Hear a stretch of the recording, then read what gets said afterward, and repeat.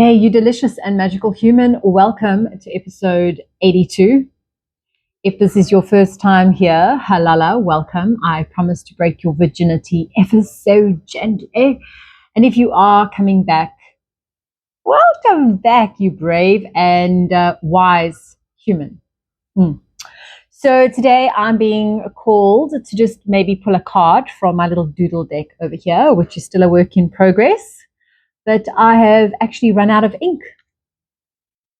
Yellow ink. So it's in sleep mode until I go and get a refill. But for now, let's perhaps just see, what message wants to come out of this little deck, shall we? So I'm hearing number 134. Let's see. 134. 133. And then one more. One more. Ooh, that's cool. So this is the doodle behind it. Yes, just see what arises when you look at it. You don't have to be too serious about it. Just a little fun here, I kind of see like a face, I see the eyes, a little bit of a yellow nose, and then there seems to be a house by the pineal gland, or the third eye, I would even say. So that's interesting. And then the message reads, sense the aliveness. So let me take a moment just to digest this, shall we? So yes, sense the aliveness. I guess it's a gift, right?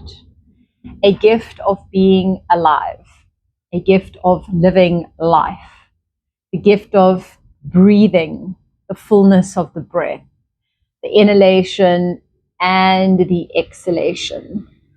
And I guess that for me is the most powerful and transformative aspect of being alive, is connecting, revering, and playing with the breath.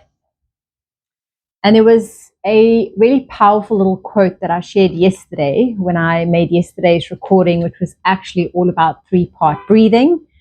And 3-part breathing is a breath technique, which for me really aids elevate your awareness of how you yourself are breathing and at what level you're breathing and at what parts. And depending on the level of breath, the depth of breath, it's going to do different things within your energetic body.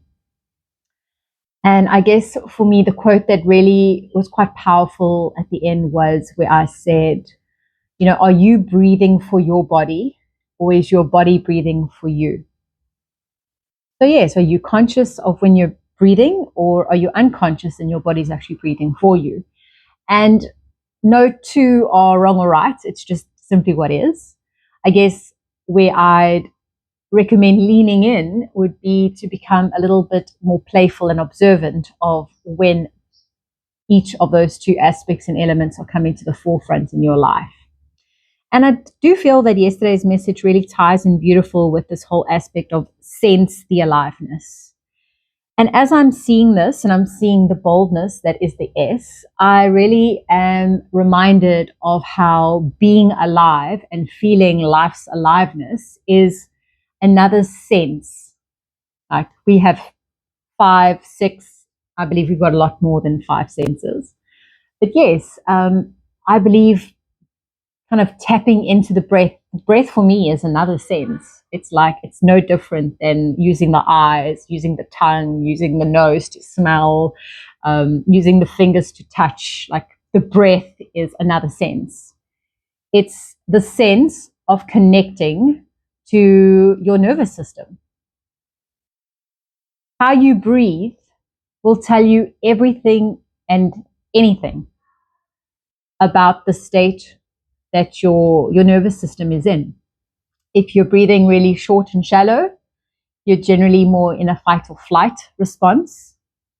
And if you're breathing deep into the lungs, you generally tend to be more present in the body, more anchored in the physicality of it. And when you're breathing into that deep belly breath, that's when your consciousness is really kind of switched up to the max. And you're really connecting with the energetics of moving and shifting and getting energy flowing up and down your physical being and vessel, far beyond just breathing into the lungs, which is like it's like a calm state of survival, right? I guess that's where you probably should be breathing most of the time, is in that level 2 comfortable breathing of the lungs. And you're tapping into level 1 when the nervous system becomes a little bit more triggered, or you're tapping into level 3 if the nervous system is becoming a little bit more triggered, but you're more conscious of it.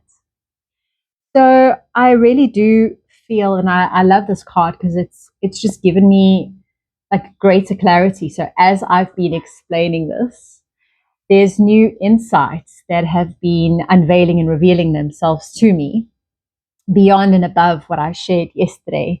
So yesterday's share and demonstration was really more about perhaps the mechanics of the 3-part breathing. And today, as I'm talking, I'm really becoming so mindful of the deep insights and the embodied practice that this 3-part breathing facilitates and fosters. So yes, magical human. As always, continue to breathe really deep. Continue to slow that breath down. And most importantly, become curious about your breath. Become aware of your breath. I came across such a beautiful quote, obviously now as we're approaching up to Easter. There's quite a lot of quotes going on around Yeshua, Jesus Christ, whatever name you feel most drawn to using. But it made reference to how Jesus was able to do the things he was able to do because his nervous system was so regulated. So if you know anything about the story and the history of Jesus, beyond what scripture informs us or tells us, you know that during the ages of around 12 to maybe kind of early 20s, late 20s, mid 20s even, his whole life is like not documented in the kind of, I guess, traditional books that we read.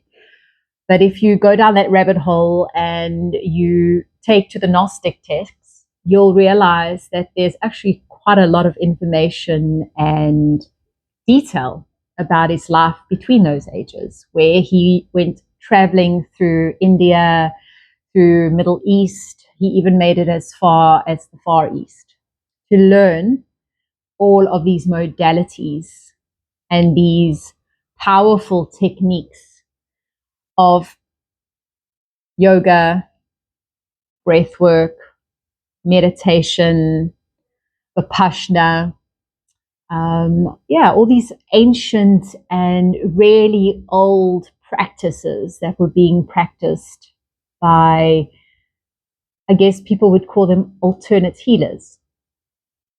And that's really, really interesting, I thought.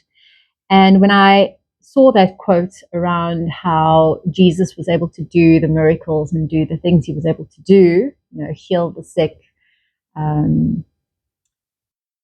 provide an abundance of food when it was needed, I really believe that all of these aspects and elements came through not only because he was Christed and he reached a level of consciousness and became aware of other dimensions and domains, but that his nervous system was regulated. He understood how to utilize the body, how to utilize and engage the breath, so that he was breathing for his body, and his body just wasn't breathing for him all the time. It's a little bit of, give and take, communing with the divine, but also having the divine commune with you, but in a way that was very mindful. And I guess I'm really being drawn to this aspect and element of the breath being another sense, which I have personally never, ever heard anyone say before. But now that I think about it, I'm like, but why isn't the breath a sense like any other sense? You know, you use your nose to smell things with. You use your mouth and your tongue to taste and to feel the texture of as well, right? It's more than just flavor, it's also about texture. The eyes to see, the ears to hear, the fingers to touch, and the breath beyond and besides keeping you alive. What does it foster and what does it connect you to? What gift does it bring in, like sound, flavor, or taste, texture? You know, what does it actually evoke? What does it connect you to? And I guess through this card, I'm just reminded of how it connects you to your aliveness, to the essence of you being here in this human flesh and form. It connects you to the breath of life. Without it, we would not be here. And perhaps the breath is the conduit to the divine, just like the ears are the tool to sound and nose is the tool to smells and scents. The breath is our connection to the divine, perhaps. I rather like that, actually. Wow, what a powerful insight, and something that I will definitely be contemplating upon, and perhaps inviting greater wisdom and information to perhaps unveil and reveal itself now that I've switched on the light bulb to this little insight. Magical human, I'm feeling called to say that this is a wrap. It's been quite a powerful and intense little message. As always, continue to sow those seeds. Allow for the flow and magic of life to find you and guide you so that you may continue to grow, illuminate, and glow.